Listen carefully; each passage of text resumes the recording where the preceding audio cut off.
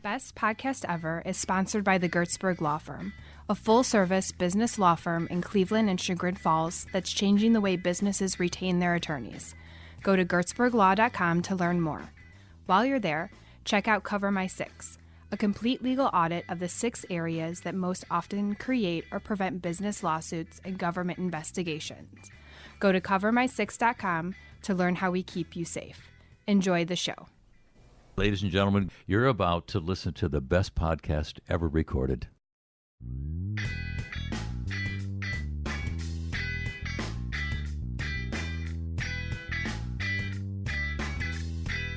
And the goal isn't even to be perfect. It's just to be who we are and allow this who we are to influence the relationship that we have with the world.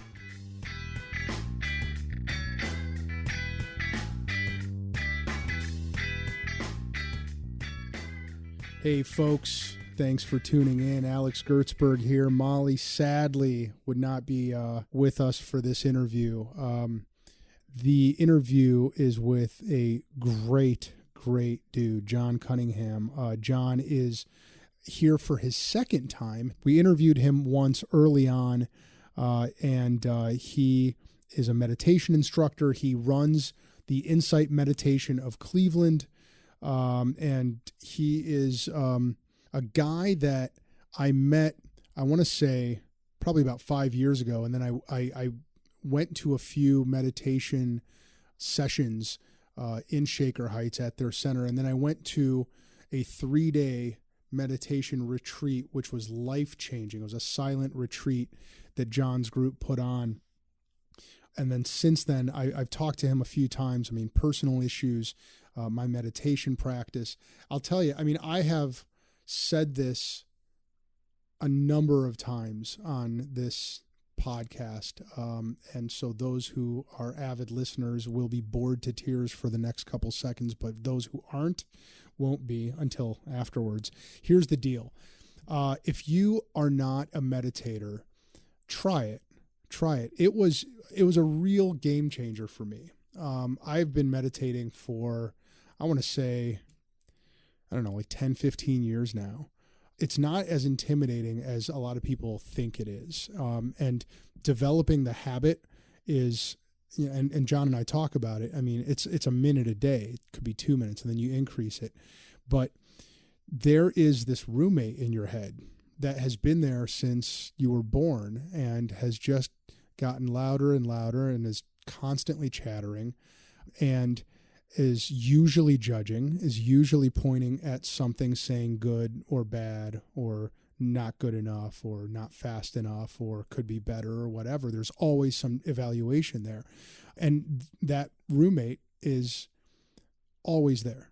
And you read, you know, the books and the philosophers, they can call it, you know, your ego or your conscience or your inner voice or whatever, right? But it's a voice, and all of us have it. It wasn't until I started meditating that I realized that voice isn't who I am. It is a voice that is generated by all the experiences that I've had in my life, and parents and teachers and colleagues and friends, you know, emotional experiences. And everyone's had those. Everyone's had the same categories of emotional experiences that contribute to what that voice says and what it does and how it guides you. And it is, at least for me, meditation for me has created the ability to distance myself from that voice today in a good way. I don't mean you ignore your inner voice, you ignore your intuition. That's not what I'm saying.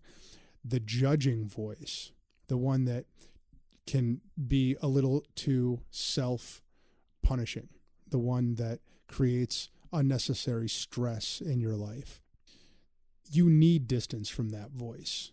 You want it. So whether you are interested in meditation or not, I know you'll enjoy this interview. So John and I start off talking about mindfulness and meditation in dealing with physical pain and emotional pain. We talk about ADD and OCD and how mindfulness helps with that. Now, I'm definitely being self-serving when I ask questions, because I definitely have both. We talk about this idea of choiceless awareness, which is a really interesting concept that mindfulness and meditation contribute to improving. We talk about trauma. We talk about therapy. And then we spend a fair amount of time talking about mindfulness and meditation at work and for business owners, forming habits, creating this process and improving this process that I learned and that John and I talk about, called RAIN, which stands for recognize, allow, investigate, and nurture, or non-attachment. That's a really powerful practice, RAIN, RAIN. We talk about it a little bit at the beginning, and then we finish with it at the end. But that's a great, great concept that gets a lot of use with me. And I think that when you listen to it and try it, you'll find that it has a lot of really practical uses for you when dealing with like emotional strain or fixation or anger, shame, whatever, right? I mean, it's really useful. So, and then John Cunningham, he was first on the podcast on episode 30, which was ages ago, but the bonus episode that we dropped after episode 30 was a 10-minute guided meditation that John did with Nellie, our producer, and my sister. And that is actually the most downloaded episode of Best Podcast Ever, that 10-minute meditation. I'm pretty sure I have that right. It's either the most downloaded or the second most downloaded. I think there might be competition with Nancy Santilli and Bob Hunt's dual interview. But at any rate, check out episode 30, check out that bonus episode, and check out this interview, this amazing interview with John Cunningham.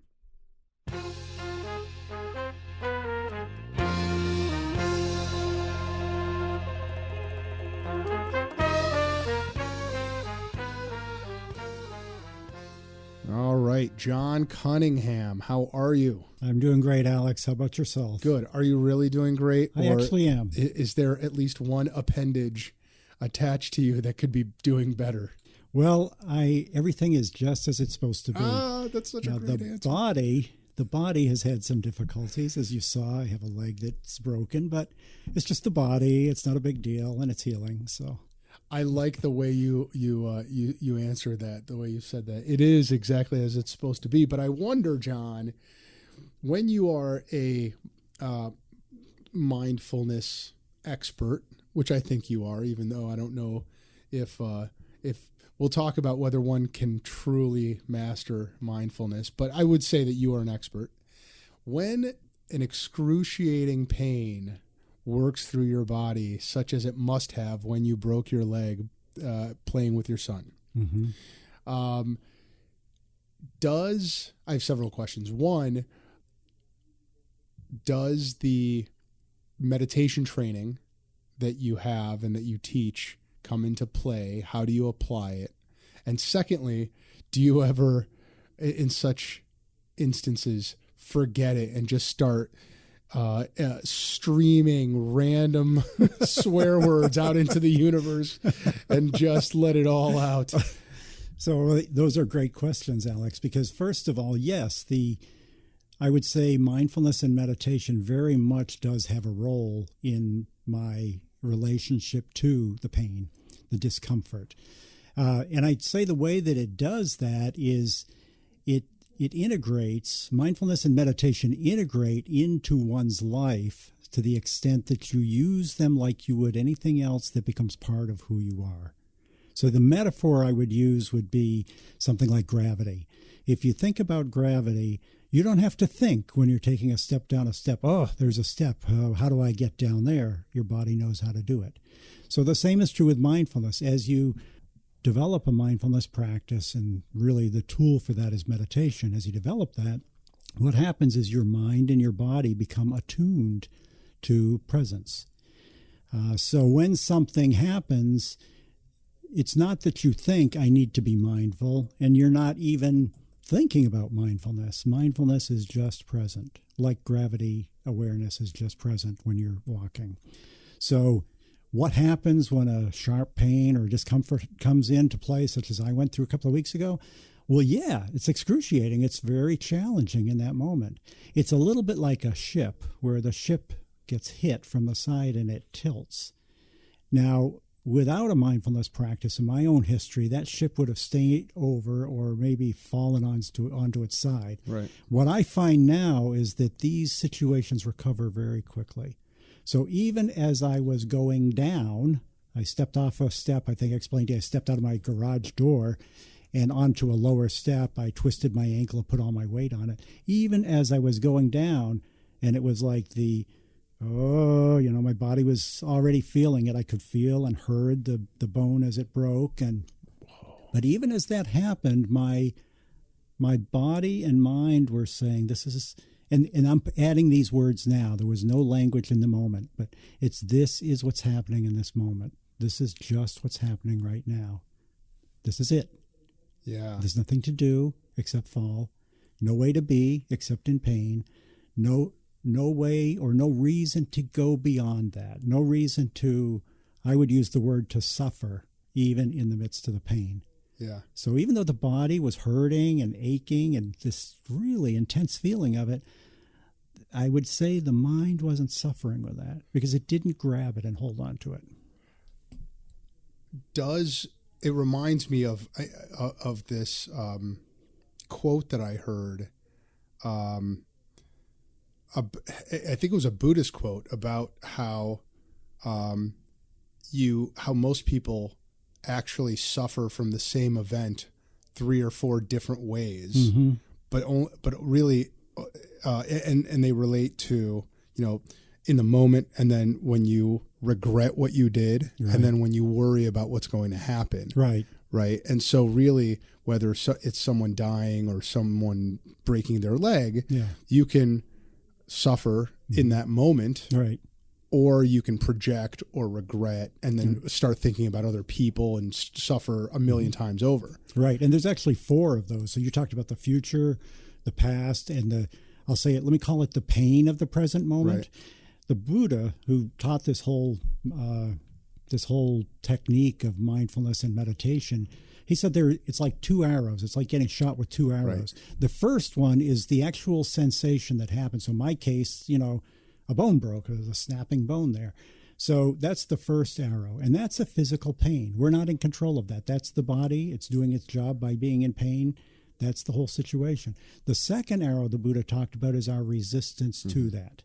So that's where there's an opportunity to, the ship lists. That's the not liking what's going on, but then quickly with presence, with really being mindful, not with thinking about mindfulness, but being mindful. It's as if the body and mind realize this is just what's going on in this moment. I can't change it, but I don't need to do battle with it. So that's stopping that second arrow. And the amazing thing about stopping that second arrow, Alex, is when you stop that arrow, you stop the other 2 that you mentioned. The mind no longer goes back to lament the past, and it doesn't go forward to worry about the future. So the fourth way is the resistance. The resistance. I see. The second That's interesting. arrow. Yeah. So talk about what it means to be with pain, right? To sit with pain, to whether it's physical pain or emotional pain. Yeah. You hear that a lot. Yeah. And our natural, probably evolutionary response to discomfort, displeasure, pain is aversion. Right, exactly. Right? But I think that you would say, and I would say, so I think I can anticipate part of your answer, but I want to dig into it a little more. No, don't push it away. If anything, that makes it stay longer. Mm-hmm. But be with it, sit with it. Yeah. So, am I right that is something you would say? And B, if so, what do you mean by it? Yeah, so it's partly correct. So let me address that first, and I'll come back to why it's only partly right. So to be with pain, we don't have language for these things because in our experience, for the most part, the first and second arrows are intertwined with each other. They are so wrapped up we can't pull them apart, we can't tease them apart, especially not in the moment of pain.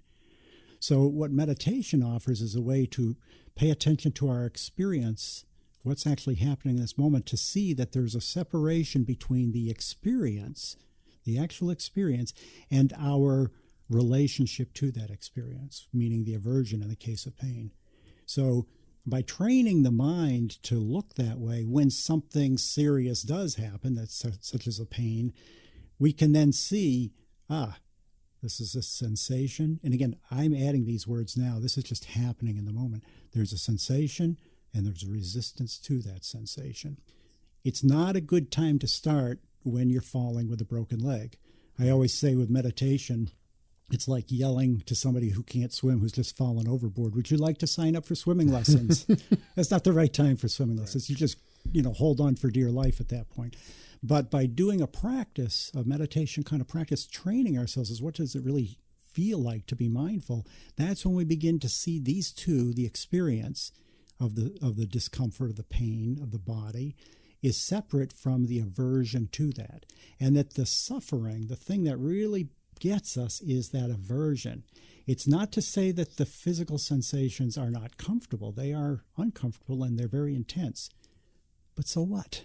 So being with the pain in your mind simply means don't push it away. Right. It means don't push the pain away and don't energize the mind states that would push it away. Now, the reason I said you were only partly right with that is because you say, well, okay, that's great, and then something happens and you can't do it. It's a tall order to do that. It takes practice to get there. So what do we do then? So then the problem is no longer the pain or the resistance to the pain. It's our resistance to the pain we're feeling. In other words, what I'm saying here is we have the pain, we're resisting the pain, and then the mind says, you shouldn't resist the pain. Don't resist the pain. That's another form of resistance. Yeah. And it's much closer now. It's what we're suffering from, is that resistance to the resistance, not the resistance to pain. So wherever you can grab it and say, that's what's going on right now, that's what's happening, let me just be with that. Wherever you can grab it is just the right place to do it. I've got a really practical, real life example that, and it's one that I've experienced recently, and that is I will find myself fixating on past events, right? If I feel like I was wronged, right? Or betrayed, or, somebody was dishonest towards me, right? I will fixate on that. And then when I fixate on it, I will beat myself up once I notice that I'm fixating on it. Right. Is that what you mean? The aversion to the aversion? That's exactly it. Yeah. That's a very natural human thing to do. Yeah. We do it, then we judge ourselves and we operate as if that judgment was accurate. Right. And so when we see that, then we work on accepting that judging mind. Right. My mind judges. Look at that. It doesn't mean we have to energize it. I don't have to feed it, but neither do I have to push it away. And the power of mindfulness and meditation practice, the real power is that we begin to see this is how this mind and body operate. This is what goes on. And the closer we see the truth of how that operation is, the more we see that the stories that the mind tells us about what's going on are just not always accurate, not always to be believed. And our relationship to the mind changes. So instead of it being the master, no matter what it thinks is suddenly gospel, instead of that, it becomes the trusted servant. Okay, these things, I'll work with these not so much. I'm listening to Tara Brach a lot. She's got she posts all of her guided meditations on YouTube. I love it. And I have been working with this concept that she talks about called RAIN, right? Which I'm sure you're familiar with this, right? So for the kids listening at home, it's recognize, allow, inquire, and then the N is she uses both it to mean both nurturing and non-attachment, right? Yeah. So using the applying that, I started thinking about it as we were talking about the resistance to the resistance, the aversion to the aversion, because in my example, the fixation, which those of us, the folks listening at home, if any of you have any touch of the OCD like I do, I know that you can sympathize here.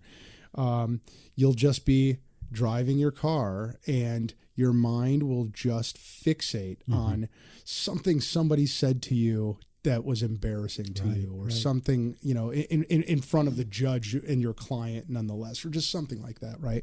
And you're just seething there. And what I try to do is first catch it, just recognize it. Right, exactly. Right? Fixations are happening. Right. What you were just talking about is the A, I think, the allow, right? Which Tara Brach would say, instead of resisting that fixation, you're allowing both the fixation to happen and your reaction to it. You're not beating yourself up anymore. You're saying, oh, fixation is happening, and that's totally fine. Right. And at the same time, allowing what the thing that you're fixating on, in the sense that it happened, it's fine. It's not a big deal. Right. Right. Did I just describe, and then we'll get to the other two letters here shortly, but was that a good sort of architecture for working with that resistance to the resistance? Is that the allow that you were talking about? Exactly, because what's happening is the recognize for, let's say, the first thing. My mind is fixating on something. So first of all, we say, aha, I see you, mind. I see what you're doing here. I recognize you're rehashing this thing that happened earlier. And then to allow that, I'm going to allow that. And in the background, your mind is saying, oh, no, you're not. This sucks. Yeah. I'm not doing that. And I'm coming back. And I'm coming back at you, double. Right. So what we now do is we go back to the recognition. We say, oh, judging mind, I see you. You are resisting the resistance here. That's what you're doing. And then you're judging mind. So it's like, I'm going to allow you to be here. Oh, no, you're not. I'm going to judge that I judged. So we step back one step further, recognize, oh, I see my judging mind is judging its own judgments. Yeah. And at some point, the absurdity of that process of the mind begins to come into play. It's like skipping a stone across a body of water. You skip it, and it might bounce 2 or 3 times before it sinks. The same is true here. So we recognize, accept, oh, I can't accept, recognize that and accept that. I can't accept that. Recognize that I can't accept that and accept that. And eventually it gets to the point where, okay, that I can accept. Yeah, that's interesting. My mind just does this. That I can accept. What I've found helpful is a little mental patting myself on the back when I catch myself fixating. I it sounds silly, but I give myself a mental good job, like an attaboy, right? Just to create a little positive reinforcement. Yep. And then that tends to lead into the allowing for me, right? Because I try to put myself into a positive state just for catching it, right? And then I'm already in a positive state, and I'm like, oh, it's fine. Everything is cool. Yeah. Have you worked? So I've made no secret to my own ADD and OCD and how they work together to wreak havoc on expectations and assumptions and imagination. Have you found mindfulness and meditation to be helpful to people with ADD or OCD or both? Yes, I have, in different ways. One of the things I hear from most people who have either ADD or OCD, either one of those, or a combination, the first thing they'll tell me is, I can't sit still. I don't tell me to sit down, I can't do it. So we have to change, well, what is it you're going to do? Because this is nothing in the act of sitting that is magical. It's not the sitting that's doing it. Right. It's what we're doing in the moment. And it's really being present. It's being aware, just seeing what's happening. So a lot of times we'll talk about doing things like exercise. So during physical exercise is when you pay attention. So what's the body doing? If you're swimming, pay attention to each stroke. If you're running, let each step be your exercise. You can do it with any kind of physical movement at all. So instead of trying to go into the head to pay attention to the breath or a sight or something like that, you move below the neck into the body, where the behaviors of ADD and OCD actually strengthen that capacity to be present, because there's no longer the need to hold the mind still and let the body pull the mind in with it. So that's been what I've used, and people that I've worked with have reported good results out of that. Yeah. There's this other concept that I've been thinking a lot about, this idea of choiceless awareness. Yes. Right. And so over the weekend, my girlfriend and I, now my fiance and I, have we went on this long hike, and the idea of choiceless awareness for me has been about noticing everything that comes up and just kind of like touching it for a second, right? Just whatever comes up in my mind, just I notice the smell that is here and that bird chirping, and I notice it's like just noticing what you're noticing, right? I definitely found this weekend that my capacity for choiceless awareness has improved through doing that particular exercise in meditation. And that to me is, particularly when I have fixations, been really helpful, because then it's, there's a fixation, but there's a bird chirping, and there's the sound of your foot on a branch that and it just becomes one of the million things that you could ever comes into your awareness at a time. I would think that folks that have the OCD like I do would probably benefit from something. Well, I appreciate your mentioning that, Alex, because I could see that'd be a great tool for it. The one place you have to be careful about, and when I have seen people do something like this before, not around OCD, but just in general, talking about choiceless awareness, is to daydream.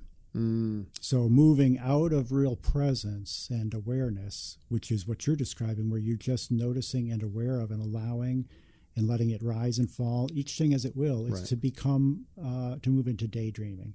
So instead of addressing the resistance that you were feeling, it's to push it aside with the events of the moment, the bird chirping. So it's just something to be careful about. What you're describing sounds very much like a very useful tool for connecting. Yeah, and to your point, it would seem like it would have to, like meditation itself, you want to be deliberate. Right, exactly. Right? You want to be intentional with your time and Right. There are times to daydream and there's times not to daydream. Right, exactly. Yeah. Let's go back to, you probably see where the ADD comes in because we're jumping all over the place. That's fine. That's the way life is. Yeah. So I described to you things that I fixate on that might seem to a lot of people to be a little frivolous, right? A slight or some ridiculous thing that somebody said to me, and I'm fixating on it. But some people obviously will fixate on real traumas, big, horrible events in their past, right? And it paralyzes them. And they can't get through it, and they can't get past it, I should say. So how do you counsel folks that have not as my therapist would say, not the trauma with a little t, but the trauma, the capital T trauma, and dealing with that kind of fixation or emotional heartache, right, through mindfulness and meditation? How do you counsel them to apply mindfulness and meditation to capital T traumas? Yeah, no, that's also an excellent question. I don't. What I tell them is capital T traumas, meditation and mindfulness are not the tool to work with those.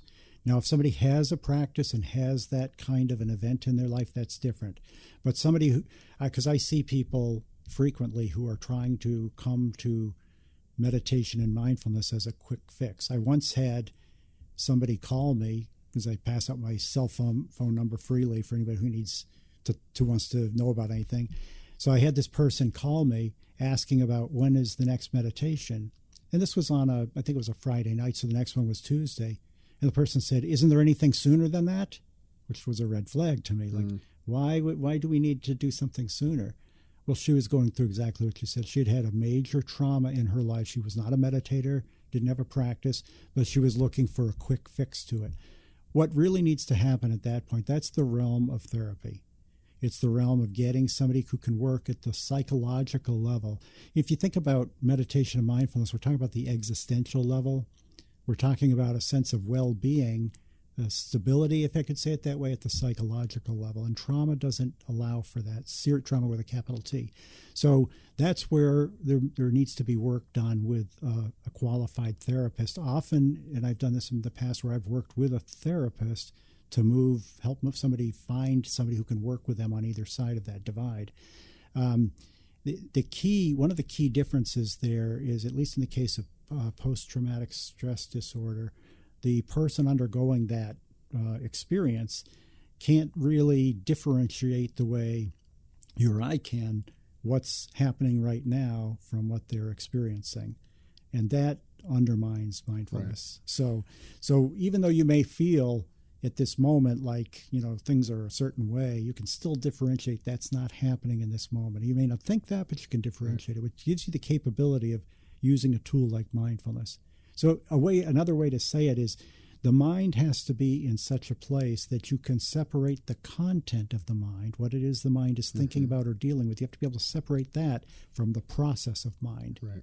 And if you can't separate those two, it's not a good time to try to meditate. Yeah, well, and you occasionally will hear stories about people who go into a retreat who have not dealt therapeutically with some trauma, capital T trauma, and they have a really hard time. Oh yeah, at a retreat, 3 days in, and they need a lot of help. Yeah, I mean, in some cases, the last time they were really present was in the trauma event. Yeah. So you're present again, it brings it right back. So it's something to be very careful about. And as a meditation teacher, I make a very clear distinction. I'm not a therapist. I'm not trained in therapy, so I don't ever try to do any therapy with someone. But I will work with therapists or help the person to find out that might be an appropriate path for you. Not to throw out or not try to do practice, but do it under the guidance of someone who's qualified to work with you at both levels. Let's talk about meditation at work and meditation for business owners. Mm-hmm. Okay. Two completely independent concepts, but for the fact that we're talking about work, I guess. So let's start with meditation at work. Mm-hmm.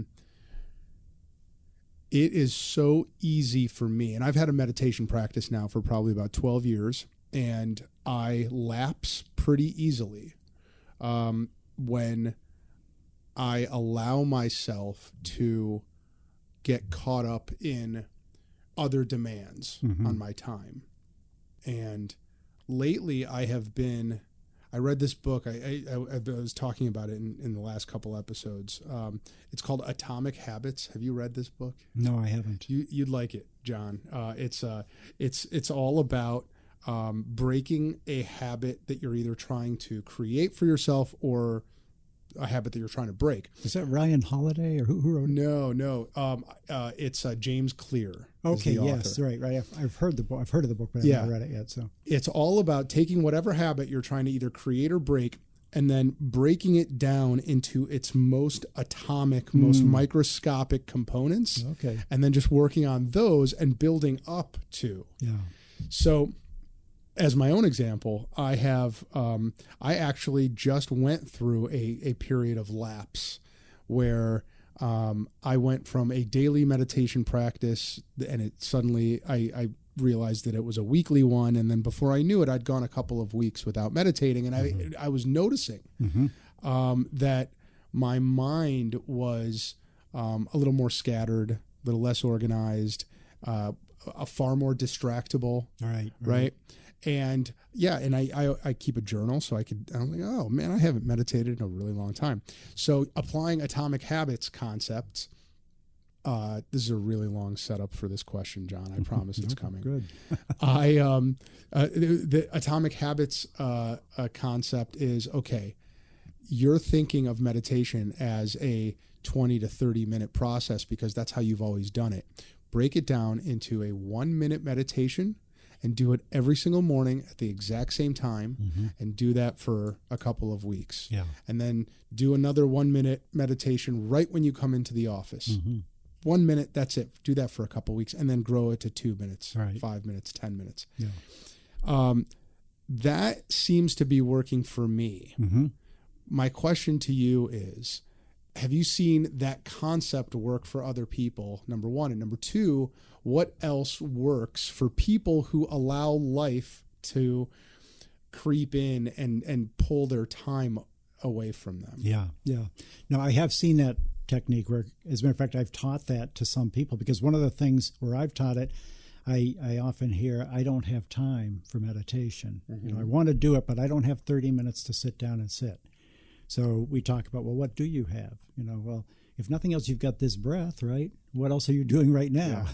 So, but the thing you're bringing up, that's an essential part of it, is a formality to it, so that there's a structure to it. That's the piece that really is essential with developing a meditation habit. Do you mean like same time and place? Same that? situation. Like when I arrive, I might arrive at the office different times, but when I walk through that door, I just take a breath. I just notice I'm walking through the door.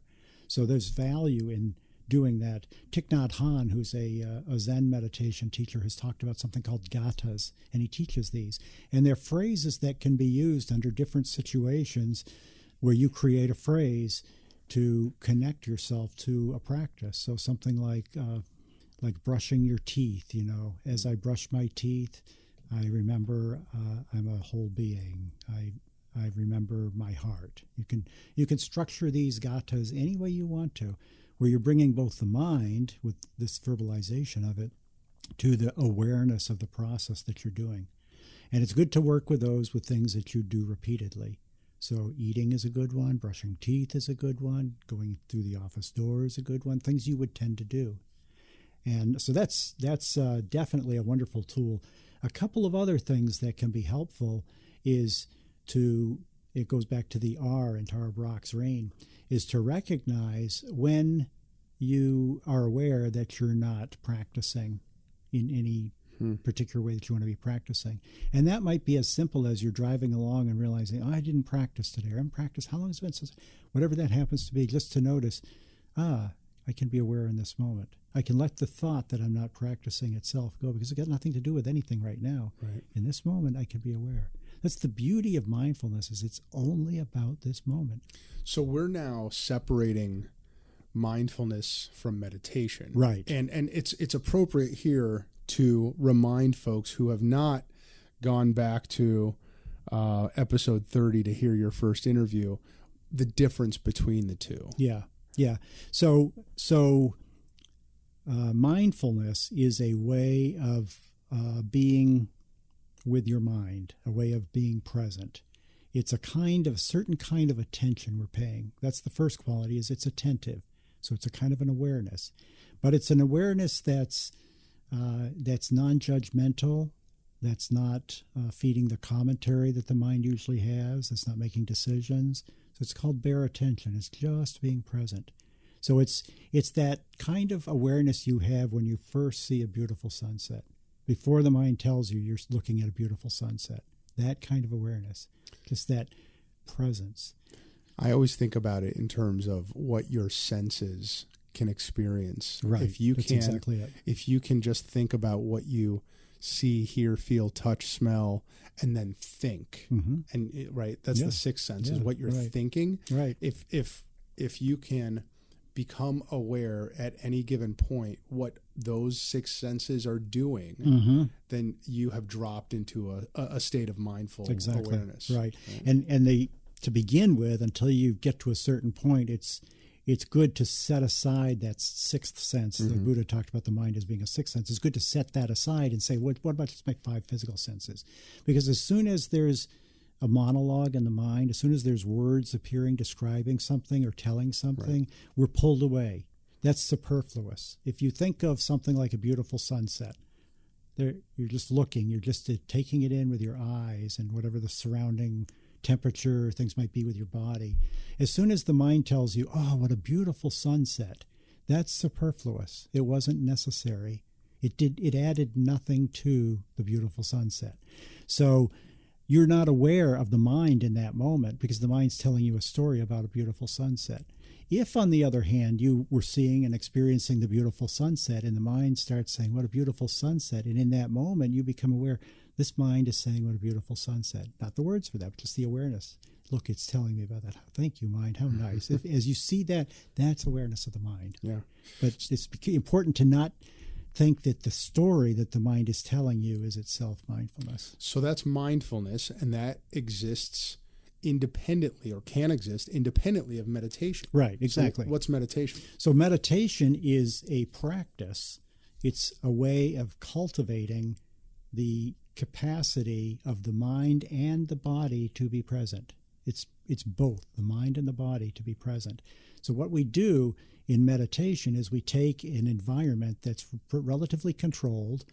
You know, we'll sit on a chair or a cushion, or we may run, or whatever it happens to be. We'll do something, but the surrounding environment is pretty safe and comfortable for some period of time. Let's just say 20 minutes.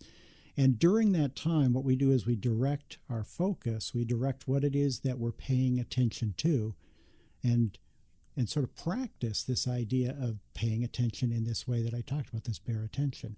So we begin with a concentration capability of the mind. The mind, as we notice, jumps around from thing to thing to thing every few seconds. To stay on something more than a second or two is very unusual for the mind to do. So it's going to jump from place to place. And so we have to train it to be present, to stay present. What we're training it to do, in my experience, is we're not training it to do a particular thing. What we're doing is we're learning what does it feel like when the mind is present, and then allowing it to be in that state. So if you sit down and say, well, I'm going to learn how to meditate here, so I'll pay attention to my breath. So what happens is in the first half breath, you're paying, oh yeah, there's my breath. There's my out breath. Hey, this isn't that bad. We're already gone. We're not thinking about the breath, and we're thinking this isn't bad. Right. So it's noticing that that's the mind, that's what it does. And so what we're doing is we're creating a little microcosm in our meditation space of how we pay attention. What does it feel like to the mind and the body to actually pay attention without too many external things impinging on us? And it's a microcosm of our life. Because the very same things that happen to us from a processing perspective, moment after moment, day after day, in our what I call our street life, happen to us in meditation. So by and by, you're sitting there in meditation and you get an itch. And so you can begin to pay attention instead of just the breath to see what's the nature of an itch. Now that sounds so trite when we talk about it from our street mind. What do you mean? What's an itch feel like? It's uncomfortable. I'm going to scratch the stupid thing. That's the street mind telling us that. But what's the actual experience there? If we set aside even the idea that it's an itch, what is that sensation? And what is the experience of wanting that to be other than that? What is that really like to want something to be other than it is? We begin to investigate more closely. And this is the practice of meditation. So we start with this idea. The first part of our meditation practice is to be able to keep the mind concentrated. As we get to the point where we can do that, then we begin to move it towards our experiences, such as an itch. So I'm Joe, employee, and I want to meditate but feel like I don't have time. Mm-hmm. I want to be more mindful too. Mm-hmm. We talked about a couple of ways to help me systematize it, right? Find a same, place, same time, right. Start small. Mm-hmm. That's the meditation piece. We talked about how to remind yourself to be more mindful, right? As you brush your teeth, as you open the door, as you catch yourself fixating. Right. Have we missed anything? Well, there's plenty of other tools to use because Joe employee who's at work, I mean, if you take the whole big picture, it's pretty hard to think. I got meetings, I got phone calls, I got emails. I don't have time to even think about what I'm doing in those times. I got to pay attention to what I'm doing. And that's certainly true. You're an attorney. If you're with a client, You can't be sitting there, hold on a second, client, I'm going to sit for 2 minutes here and meditate on your nickel, So you can't do that. But what you can do is learn to become intentional about what you're doing. It's another way of being present. So, for example, you just picked up your glass to take a drink.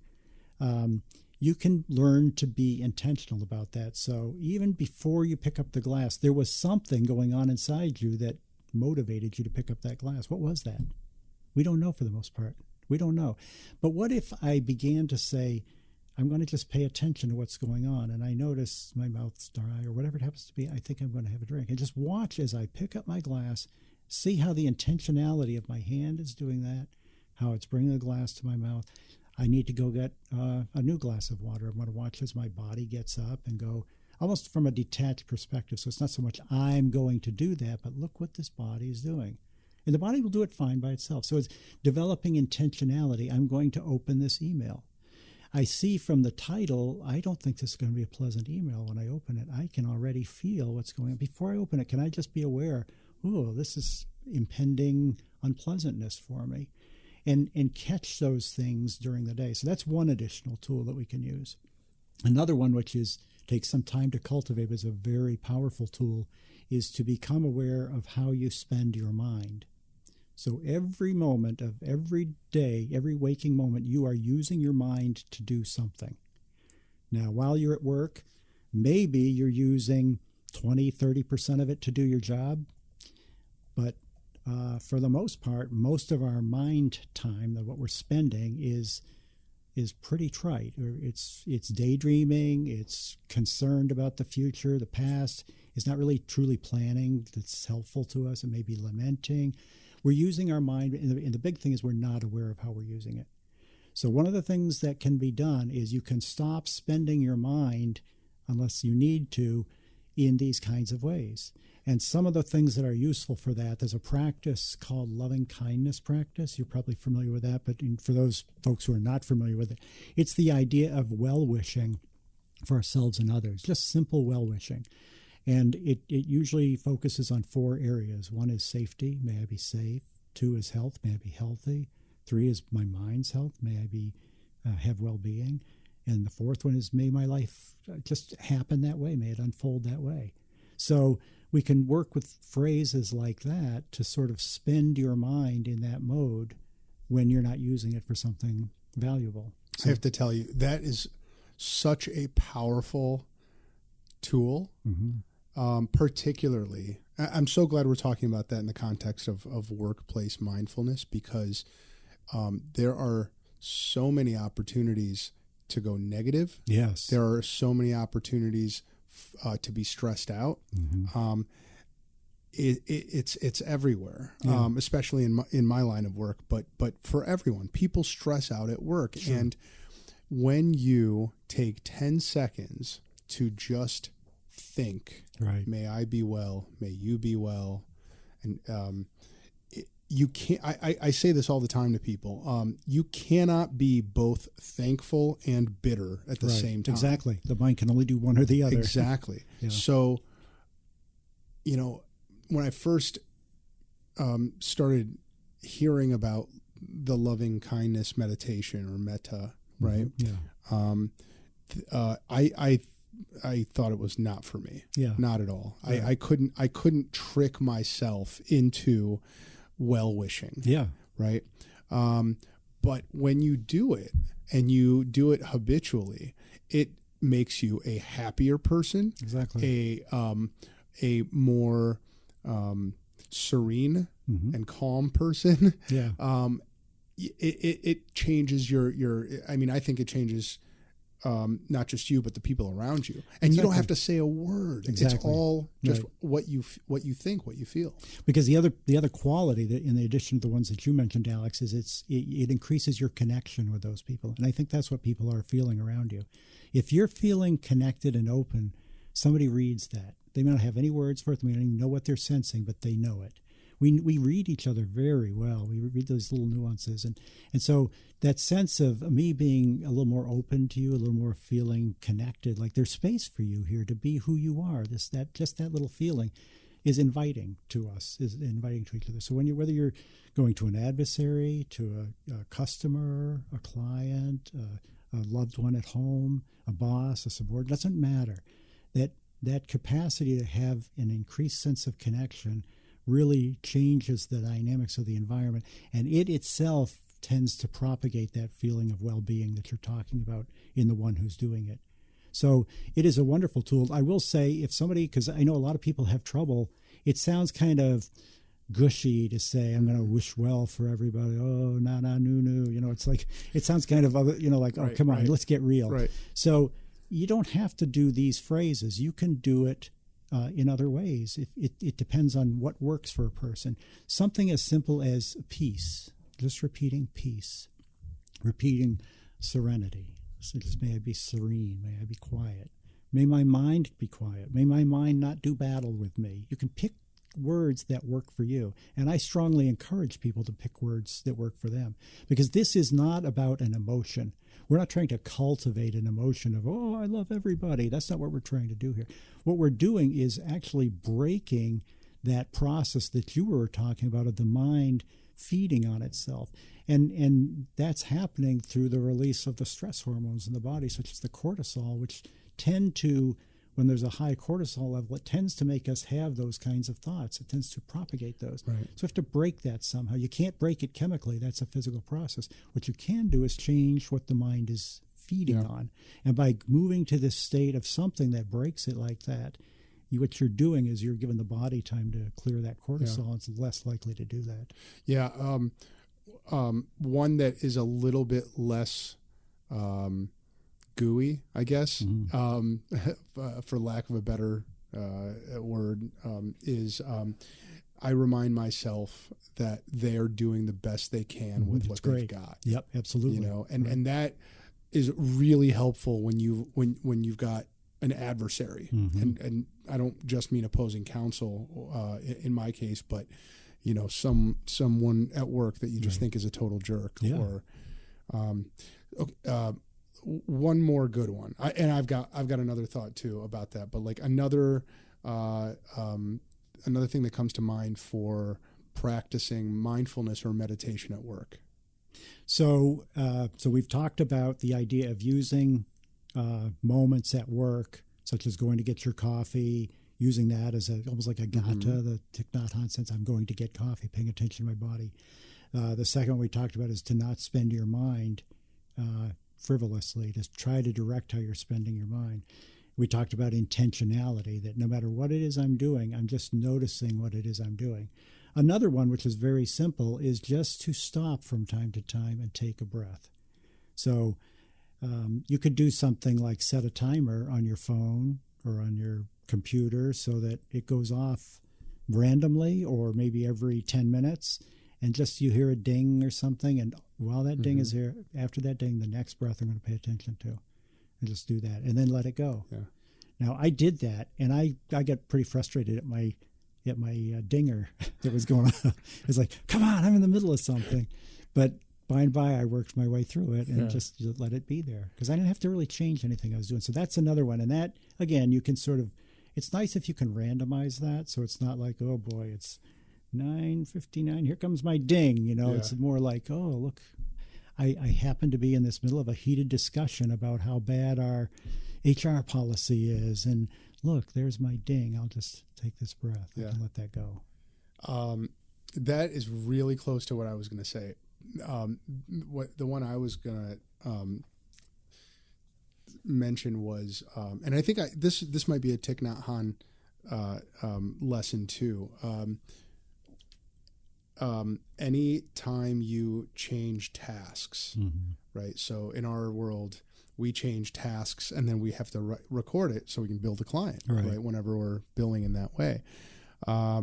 So anytime there's an end, a definite end to a particular task and another one begins, is the perfect opportunity to step back, step away from your work, close your eyes, take a breath, and just drop into like the state of awareness, and get completely focused on the present moment, or not focused, but aware of the present moment, rather than the client, your coworkers, your spouse, your kids, just what's happening, the sensation of your butt on the chair, Right.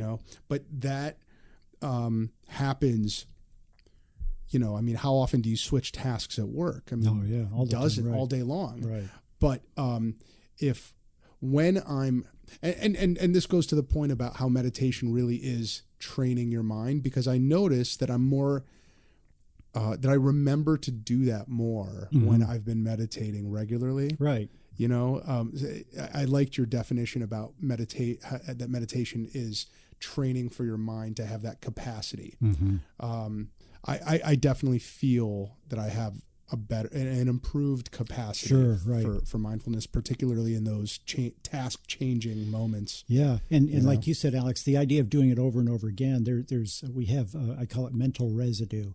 I remember a few years ago cutting wood up, and I used my chainsaw and cut wood up. I spent hours doing it. When I went to bed that night, guess what I was doing? I was cutting wood. You know? So that residue, that mental residue, that however we spend our mind, that's what our mind will foster. That's what we'll beget. So what we do have control over is taking these moments that we are aware of it and spending our mind in a way that begets the mind we want to have. Right. So we can work that way. And then the other really big piece of this, and especially this is true for people who might be listening that you have a strong meditation practice, but if somebody who doesn't have one says, like, this sounds great, but, I don't even know how to get going. I don't know any of this stuff. And I tried that. I couldn't, I tried doing this when I switched tasks, and I'm just mad at because what I didn't get done or what I did get. It's having compassion for ourselves. It's holding wherever we are in compassion, that no matter how good of a meditator you are, no matter how mindful you are, you're going to break a leg and get tilted. The ship is going to tilt. The bigger issue is, can it right itself? Can it do this more quickly? But to sort of forgive ourselves that we're human, we're not perfect. And the goal isn't even to be perfect. It's just to be who we are and allow this who we are to influence the relationship that we have with the world. And a key part of that is compassion. So if we mess up, if we don't do something, if we don't practice, if we forget to do things when we're supposed to do them during the day, it's like, this is the way this body is. It's not to condone it, but there's a difference between letting it be, accepting it, and condoning it. To say, no, next time I'll try better. But the next time I'll try better is not out of a resistance to the fact that we didn't do it. I didn't do that. Next time I'm going to do it. It's not that. It's like, I see clearly that's the way this mind and body are. It's the truth of how they are. Next time we'll try something different. And that's the acceptance of our human condition. And it's an essential part of ever having this work. There are some number of folks listening here who are business owners. I believe that business owners share the same stressful situations as their employees, but have one additional level to it. And that is the level that comes from a sense of responsibility for their employees. Right. There have definitely been times when cash flow was tight and I was worried about making payroll. That is a level of stress that no one else in this organization could have possibly experienced in the way that I did. Right. This sense of, this is my family here, and I want to make sure that they are happy and well provided for. And you have these stresses about your reputation as an organization, and any of the other kinds of, I guess, impacts that happen from organizational at the organizational level. Okay. This is going to be another long-winded question, John. So sit back, relax. Sure. Entrepreneurs who get any kind of coaching, any kind of good coaching, I think. And I do. I have a coach in Chicago. I've talked about them many times. The organization's called Strategic Coach. And if you're an entrepreneur, you ought to take a look, because it's been pretty life-changing for me and for this business. But most coaches would tell their business owner client that the number one skill that you can have is confidence, because you're out there on your own and you are experiencing these different stresses and these different experiences that no one in your organization knows anything about. Mm-hmm. You have to know that in the course of growing your business, you are going to have lots of failures, some of them colossal failures. Right. And it will be very emotional. It will be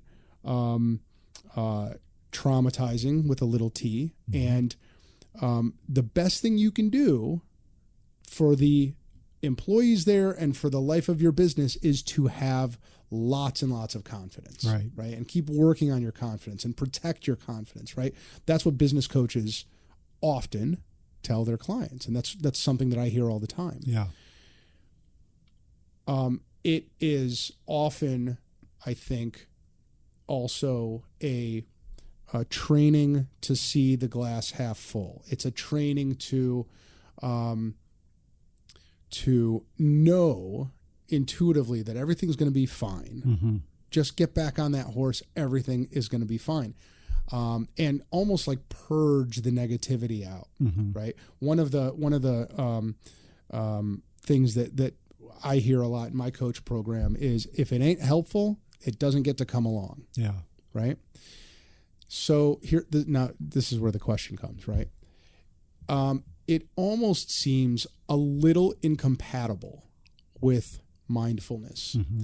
in the sense that mindfulness would say, no, it does get to come along because it's there. Mm-hmm. The negativity, it's there, and you can't not take it along. Mm-hmm. So you can't not think about it the way I think a business coach would say to a business owner, stop thinking about it. You can't control it. It's mm-hmm. done. Yeah. It doesn't get to come along, and it's just going to hurt your confidence. Mm-hmm. Do you, John, see the same conflict, the same incompatibility that I'm seeing, or do you see those two concepts as compatible for a business owner? Well, I see them as compatible. Okay, good. So I guess what I would say is we're working at two different levels when we talk about these things.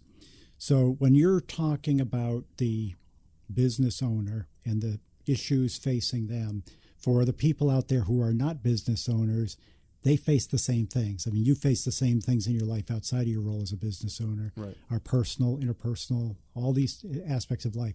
We have these conflicts, we have these issues and these struggles. At the content level of the mind, if I could say that, there is what I would call the story. It doesn't mean it's not real to call it a story. It's saying where it is in the mind. It is the things we're thinking about. It is the payroll. I need to be concerned about payroll. There's not enough cash flow to meet it next month. That's a legitimate problem. But from a mindfulness perspective, that is the content of the mind. Okay? Mm-hmm. Below that is a process. So when the mind thinks there's not enough money to make payroll, when the mind thinks that, the process of the mind below that, the limbic system, if you will, says, we got an emergency here. We don't like that. We don't want that to be that way. Fight that. That's what the limbic system says. Now, the limbic system doesn't care if you solve the problem. It wants the unpleasantness of that moment gone. That's all it wants. So if the solution is go have a beer so you don't think about that, that's fine with the limbic system. From a mindfulness perspective, it's seeing the separation between those two. That, yes, I have a legitimate issue here. Denying that issue doesn't make it go away. Pushing my way through in this moment when I'm thinking about it doesn't change it. The reality is, in this moment, I have a payroll of X and a cash situation of X minus Y. That's my situation. To be able to see that the truth of that through this practice of awareness, of mindfulness, what it does is it puts me in a better position to deal with the real content issue. Because if I'm dealing with the cash flow problem from a stress level, this is terrible. How am I going to make payroll? Am I going to pay my cortisol's flowing, my adrenaline's flowing, and I've got to solve this thing from those tools, there's not necessarily going to be a good solution that comes out of it. It's been proven that when those things flow, we're in a fight or flight syndrome. It's a physical response. The mind doesn't think very clearly during those situations. So the kinds of solutions we might in the moment come up with, those are not necessarily the best.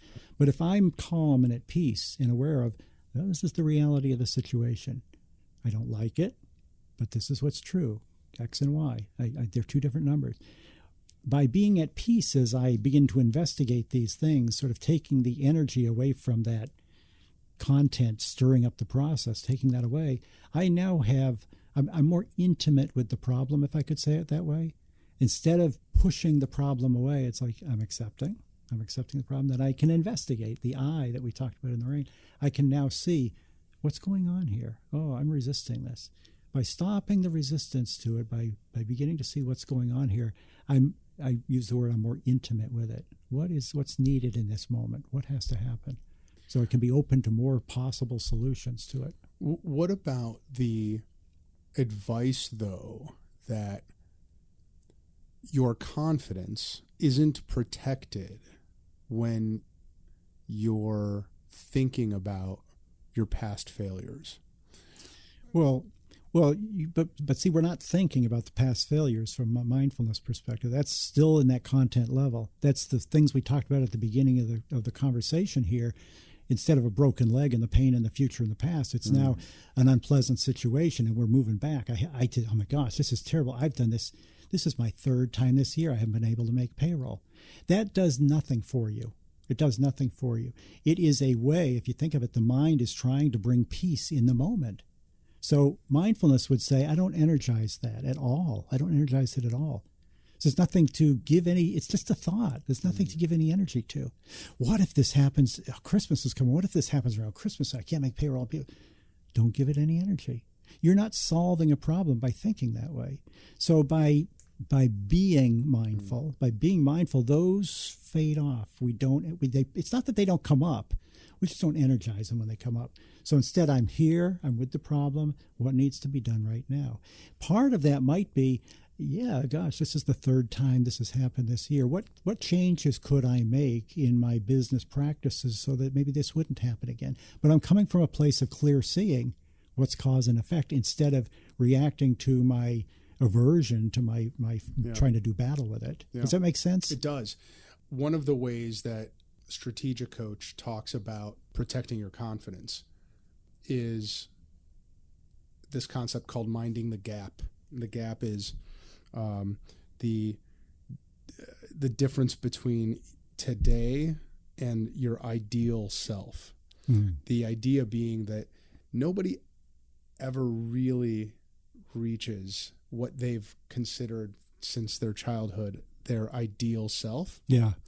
I mean, you probably do, because you're it. This is the ideal self. This is the ideal self. You're seeing it. Right. But the entrepreneur is often very hung up on, I have to have this much money in the bank. I have to have this many employees. I need this much in sales. I need a house in Florida. I need to drive this kind of car. Mm-hmm. Entrepreneurs are really liable to think that way, right? And so the concept is you're always traveling towards this ideal self, but the ideal is really this horizon that you never reach, and the horizon's always moving. Yeah. So rather than falling into the gap, instead of doing that, instead measure backwards and look back at how far you've come as an entrepreneur and all of your accomplishments. Right. What you'll usually find when you do that is you've actually got something to be proud of. Yeah. You've built an organization, and you think just about those accomplishments and not about the failures. Yeah. Not about the things that will move you back into that gap, or thinking about, things that'll demotivate you. Yeah. But I think that I think it's almost, and maybe you were alluding to this earlier, it's almost like just two different mindsets. Well, it's the same situation. It is. One, you're working at the psychological level.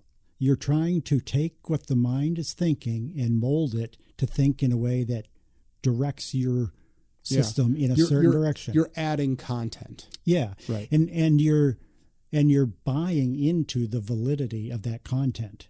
Right. So if it's going positive, great. If it's going negative, you're going to suffer. Yeah. We're stepping out of that realm with mindfulness. So, for example, let's take the idea of confidence. To try to, and I don't know what the coach says to work on confidence, whatever you have to do to build confidence. Confidence is a very natural outcome of being mindful. You cannot be confident when what's true right now is true and you're experiencing it and this is it. You cannot not be confident. Right. It's impossible.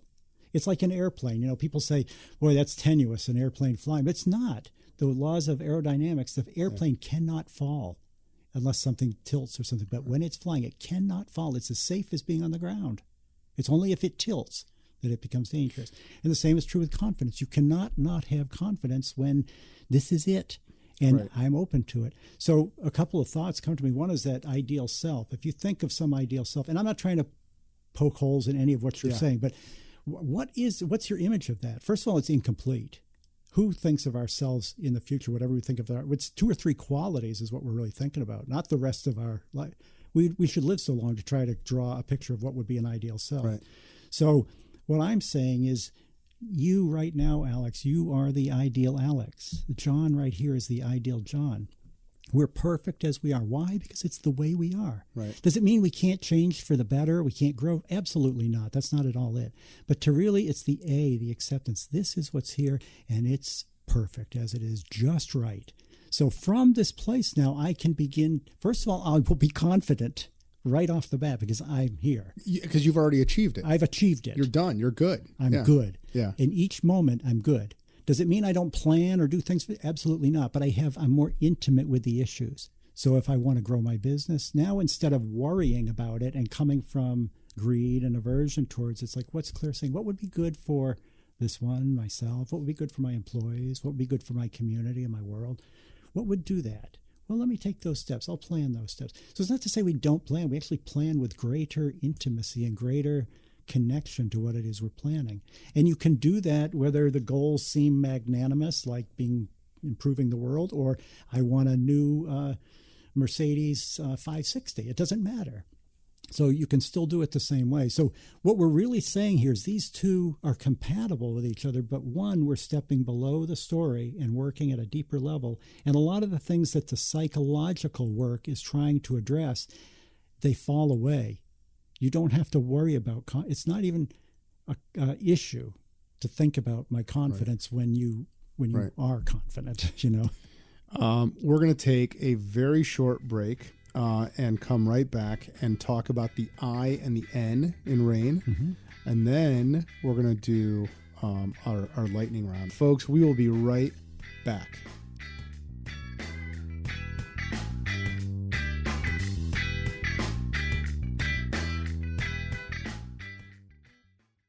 Hey folks, Alex Gertzberg here.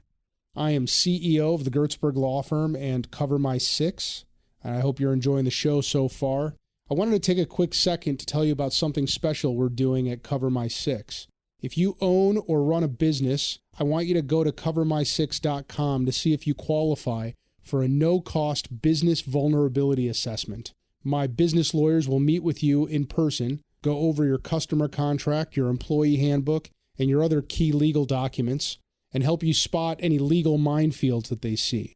We'll also give you some guidance on how to stop those minefields from blowing up your business. So go to covermysix.com to see if you qualify and to sign up. Thanks, and enjoy the rest of the show.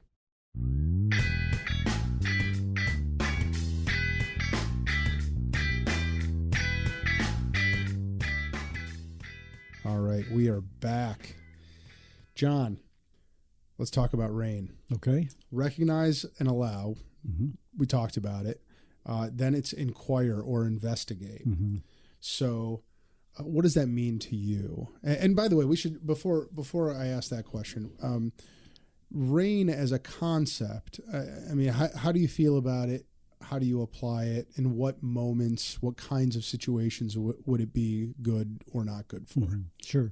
Yeah, so it's a nice model. All of these things are models. You know, we are complex beings. We're trying to superimpose a model that allows us to work within a framework and use that framework to identify and manipulate things in a way that we wouldn't maybe on our own do that. So from that perspective, I think it's a good one. I think it requires, first of all, I'll say a rational mind, not meaning the person is rational, but that you're rational in the moment, because we're not. There's times when we're not. So it requires a certain amount of rationality. It also requires a kind of an analytical mind. I think it works better for people who have a bit of an analytical bent than those who are maybe a little bit more emotionally bent. And to me, it seems really appropriate for when you are troubled, when you are worried, when you're having some kind of problem or difficulty you're trying to work through. Right. Right. Yeah, you need a stressor. Yes. You have to have a stressor. If you don't have a stressor, it's just an exercise in the mind to go through the process. So you need a problem, but the problem needs to be manageable. If it's a big problem and you're swamped, even if you try to go through the process, it's like you're not going to get it. So it's a good tool, and if the scale is 1 to 10 of how complex a problem can be, 1 might be too simple for it to worry about, and 8, 9, 10 is probably too complex. So it's probably a sweet spot in there of 4, 5, 6, maybe 3, 4, 5, something like that. Yeah. It says those are good places to use a model like this, because we are sound mind to be able to work with it and really be able to play with what does it mean to accept. If I'm working with something that I just can't accept right now, saying I'm accepting it and doing battle with myself when I don't goes counter to what Rain is offering. So the R is recognizing that something is happening in the mind. Right. Right. The stressor. You're recognizing the stressor, if you could say that. Yeah. Well, you recognize the stressor, but you're recognizing that your mind is thinking about it. Right. Exactly. So, right. So there is anger. There is stress. There's worry. There's regret. Right. That to me, being able to label what your mind is doing, I find to be really helpful for the R. Right. And what you've just done, Alex, which is a key part of the R, is you've separated out the experience from the content. So let's say I'm angry. Yeah. If I'm angry because somebody just pulled out in front of me, that's the same emotion as when somebody says something rude to me and makes me go off. So by pulling the experience out, the process out from the content, that's what we're talking about with that R. The A, as we mentioned, is allowing and accepting that your mind is doing what it's doing. Right. And even accepting and allowing the thing that your mind is angry about or stressed about, right? Right. What does the I mean to you? What does the inquire or investigate? How do you do it? So for me, and the way I teach it is, I don't teach Rain particularly as that way, but when I teach about this investigation or this inquiry, it is about the process that's going on. What is the nature of anger? So I've identified anger. I'm allowing it to be here. I'm not trying to push it away. I'm not trying to grab it and pull it towards me. It's not my anger anymore. Now the next step is to see, what is it? What is it? I have a word. Can I set the word aside and see what is the actual experience of anger? And by looking at it that way, we begin to find not so much what the mind thinks it is, but what the experience of it is. We're giving the mind and the body the space to experience anger, to learn what anger is.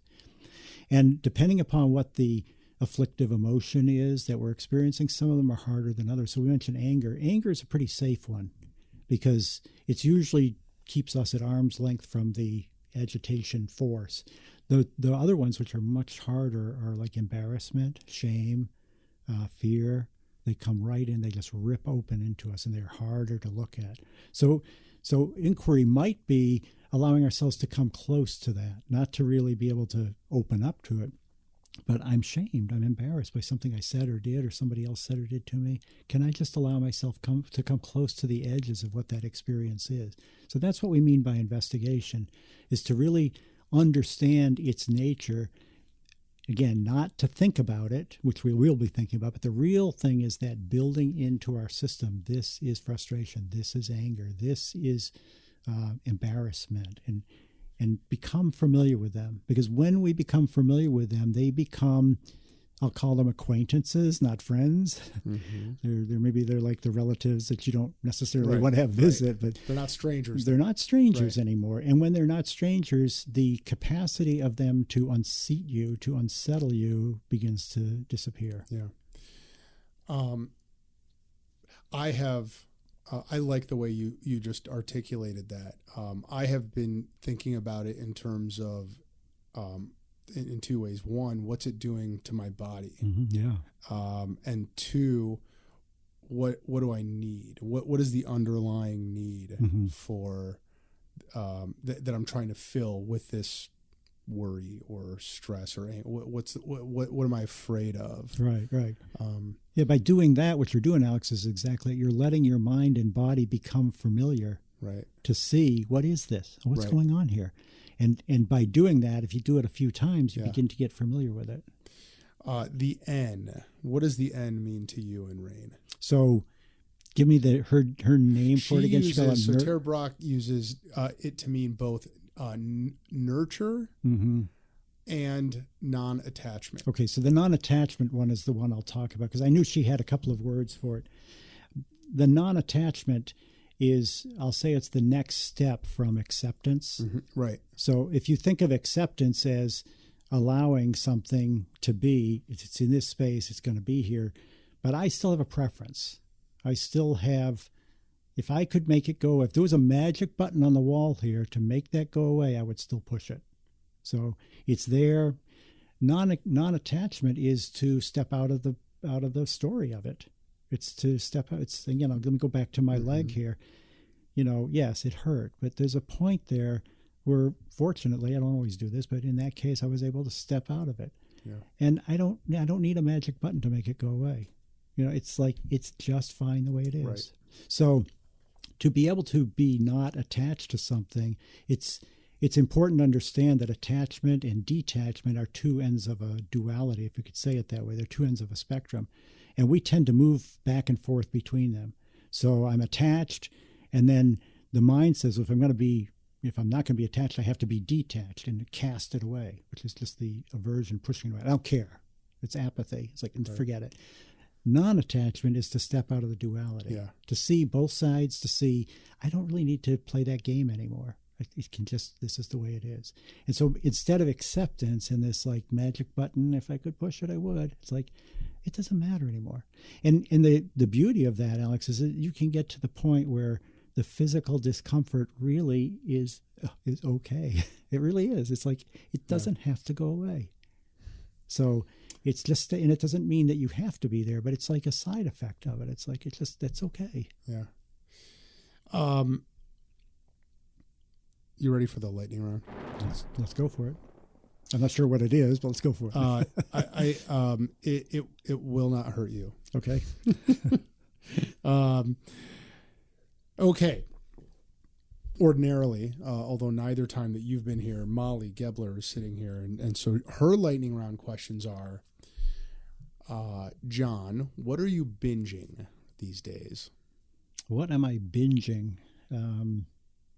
I'm binging healthy eating. I like it. Yeah, so I over the last 10 years or so, most of that time I was vegan, but there has been a creep into allowing cheese and eggs to come back in, and my middle shows that.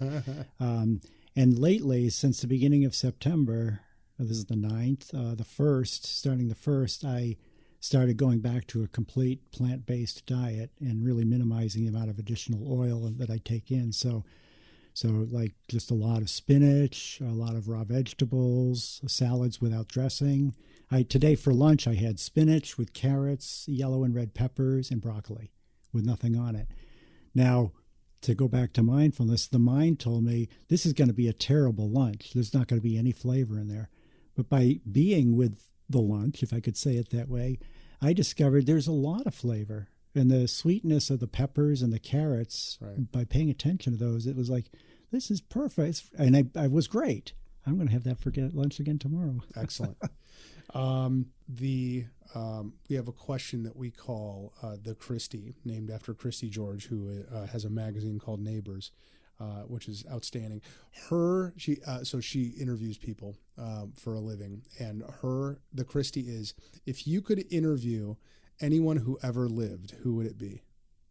If I could interview anyone who ever lived, it would be, you won't know who this is. His name is Abdul Baha. He was, my religion is the Baha'i faith. Yeah. Yeah. And so the prophet founder of the Baha'i faith his name is Baha'u'llah, which means the glory of God. His son was Abdul Baha. And the message that Baha'u'llah brought, Abdul Baha sort of turned it into something that was very useful for people to use in their life. And so I would love to have the opportunity to sit down and talk with him about those things. You are stranded on a desert island for a minimum of 3 months, but could be for the rest of your life. And you may bring with you any single author's entire bibliography. Who's the author? Oh, it's Wang Po. Who's a Zen patriarch. Interesting. Yeah, he wrote some very straightforward. It's all been translated, but his talks were about freedom, about finding freedom. Very simple, very clear, very pure, perfect. Same desert island, same shipwreck, same unknown amount of time that could be the rest of your life. You may bring with you any single musician's entire discography. Oh, that's a tough one. Boy,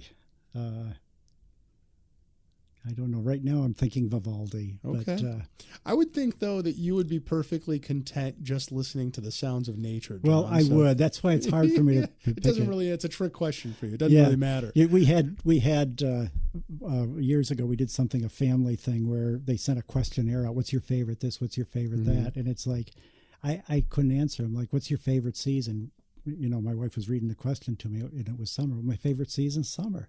And fall, my favorite season's fall. So yeah. It's just fine, yeah. I love it. What is, and this is the final one, or actually, no, there's actually two more. The first is, but I think I know the answer. What is a habit or routine that you do on a regular basis that has given you the most mileage? You know the answer to that. It's meditation. I thought so. By the way, what is your practice? What is your meditation practice in terms of time of day, duration? So I would say I live my life mindfully for many minutes of the day, many moments of the day. Right. My formal sitting usually starts with a concentration practice to just become sort of centered. And then I'll move into the choiceless awareness that you talked about, where I'm just letting life unfold as it will. And then I usually mix that in with a metta practice or loving kindness practice. I try most days, I spend much of my day in loving kindness. I spend my mind when I don't need it in loving kindness. It's not all the time. Don't get me as some guy on a pedestal, but I spend my commute. A lot of days there's no radio. There's no book on CD or tape or something. It's just loving kindness practice. Oh, that's fascinating. So how long do you meditate for in the morning? Is that typically in the morning? So it depends at different times of the day. I spend, actually when I go to bed at night is the time when I probably spend the greidest amount of concentrated time meditating. It's probably usually about 30 to 45 minutes at a time. But again, I don't make a clear distinction between a sitting or physical practice in the rest of the day. So it's a fair amount of the day that's just spent, practicing these things. So. Your final, and for some people, the most difficult lightning round question is, what is something embarrassing about yourself that very few people know, and for extra bonus points that no one else knows? That no one else knows. I'm going to let you think about that for a second so I can tell these guys to hang tight. So think about it. I'll be right back. All right.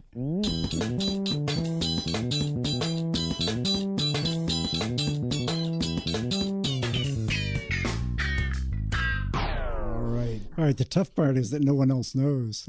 Well, that's why it's for extra credit. Yeah, most of the things that are embarrassing about me, somebody knows. So,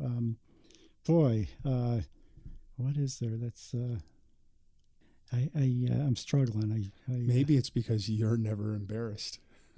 Well, that's pretty good. I mean, it's pretty rare that I feel embarrassed. Yeah, I'm struggling to find one. Well, so. I mean, I've given you 2 whole minutes, John, and if you haven't thought of it in the last 2 minutes, it'll be a while till we'll be here. So, All right. Well, usually, what that means is that we will invite anybody who knows John. Yes, to please do. In. Right, I would love to have that. Please put comments about things that. You there's lots of ways to get a hold of us. That's right. So, John, this has been. As I expected, it would be a really great episode, and I've enjoyed talking to you, and it's been really helpful to me. I've in both episodes really just used this as an excuse to just glean little nuggets of wisdom from your mind, and so I could use them myself. So I think that I've done that. Mission accomplished. Well, I appreciate it, Alex, because for me it's just an opportunity to share. It's called the Dharma, to share this practice. I mean, I wish everybody had this freedom and this joy and happiness that is available to all of us. So I love to share it. One thing you share before I let you go is your time with this organization called Connect. Yes. Talk about that. It's pretty interesting. Yeah, it is a very interesting organization. So I believe it was 2004 it started, and it was started by 2 people who worked in the child welfare community who were seeing at the time that there was a gap between the ability for families to adopt kids and the funding that was there. This is for school-age kids. The new babies was not a problem, but school-age kids, there was a financial gap. So the organization started by funding one child at a time. It was called the Waiting Child Fund because it funded one child's gap at a time, if you will. Over the years, we've done a lot of different types of things around adoption and really permanency for families, making kids who don't have home, don't have family, giving them the capacity to have that family. And in the last couple of years, the thing that shifted us and why we have the name Connect, which is KINNECT, Connect. The reason that we have that now is because the focus is on finding families for kids who don't have a home or who've been taken out of their home. And there's some really exciting work being done here now. One of the things we're doing at the state level now is working with a program we're calling 30 Days to Family. And basically what it is when a kid is taken out of their home environment, what we do is we go find, we don't, but the counties are doing this, so we're helping the counties learn how to do this in Ohio. Go find family members everywhere. And it's amazing. I forget the number. It's like there's on average like over 100 people who are family members for most people. Now, these families a lot of times are very dysfunctional.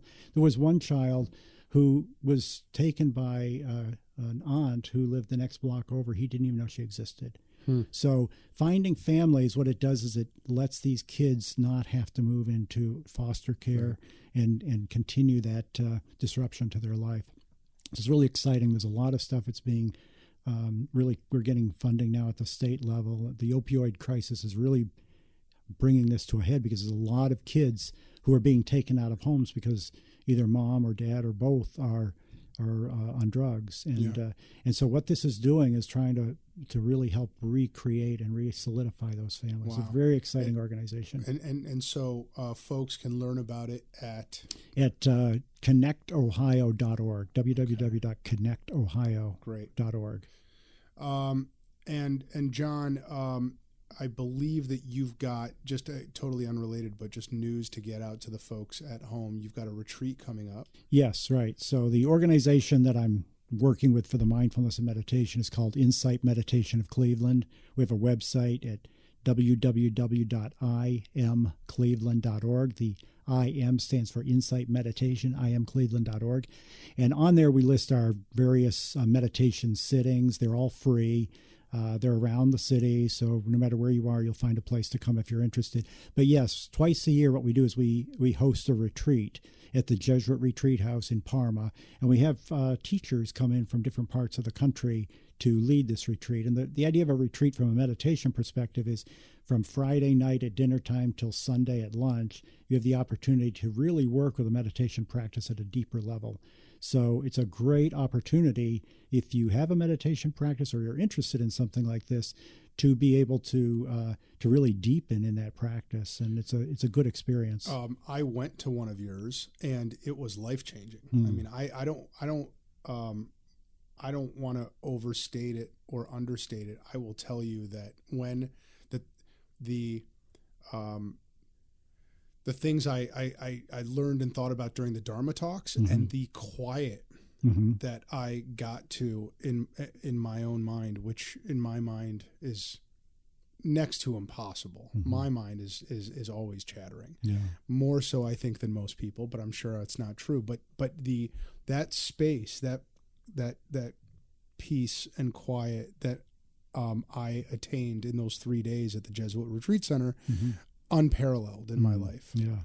So I would recommend anyone out there who wants to take their meditation practice to another level to definitely check it out, or who wants to just learn more, just be guided in different ways. I thought the instructor, it was Jean. The woman's name was Jean. Yes, right. Yeah, from Massachusetts. Yeah, she was amazing. Just it was a really great experience. Yeah. So that's October 18th to 20th. Okay. And then the other thing I'll throw out, Alex, is if anybody wants to know more about this practice, from that website, there's a place where you can send an email, and feel free to send it. I get those emails. I'm happy to field any questions that might come up for you about meditation practice, how to sit, anything like that. And I'm just happy. I love seeing when people learn how to do this and find benefit from it. And folks, these websites that you just heard John talk about are going to be on the page that you're going to go to right now if you're at a computer or on your phone, I guess. And that's thebestpodcastever.com. And you'll see John's smiling face on there and mine. And a lot of the things that we talked about are going to be in the show notes, and certainly the links that John just talked about. And now I have an ask for you. Whatever device you're listening to us on, whatever portal or platform, there should be a way for you to rate us or leave a review or otherwise interact with us by clicking on that like button on Facebook or by clicking on the subscribe button in the webpage at thebestpodcastever.com. Interact with us through any of those and leave a review, especially on iTunes. That is a great way to show your love for Best Podcast Ever. So do one of those things, and way more importantly than any of that,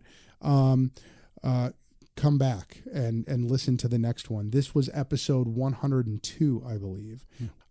So thank you for tuning in now and for tuning in before, and hopefully for tuning in again. And John, thank you very much for an outstanding interview. I really appreciate it. Thank you very much, Alex, for the opportunity to share this. I really appreciate that. And to everyone who's still listening, for listening. Absolutely. Thanks, folks. We'll see you next time. We hope you enjoyed this episode, and we thank you for listening. And remember to check out the Gertzberg Law Firm if you're starting, running, growing, or transitioning a business, or if you need to create or update your wills, trusts, or estate plan. Our firm and our lawyers are among the highest caliber and well-recognized professionals in the field. We are veteran-owned, have the highest rankings from Super Lawyers and the other key attorney rating organizations. And we were recently added to the coveted Weatherhead 100. More than being respected by our peers, our clients rely on us to successfully defend them in court, help them avoid the courtroom with our Cover My Six service, protect their assets, and for many non-legal business services like recruiting and business development. More than just litigators, we are trusted advisors, problem solvers, and growers of businesses. Let us help you and your company. Call us or find us online to learn more. Thanks again for listening. We'll see you next time.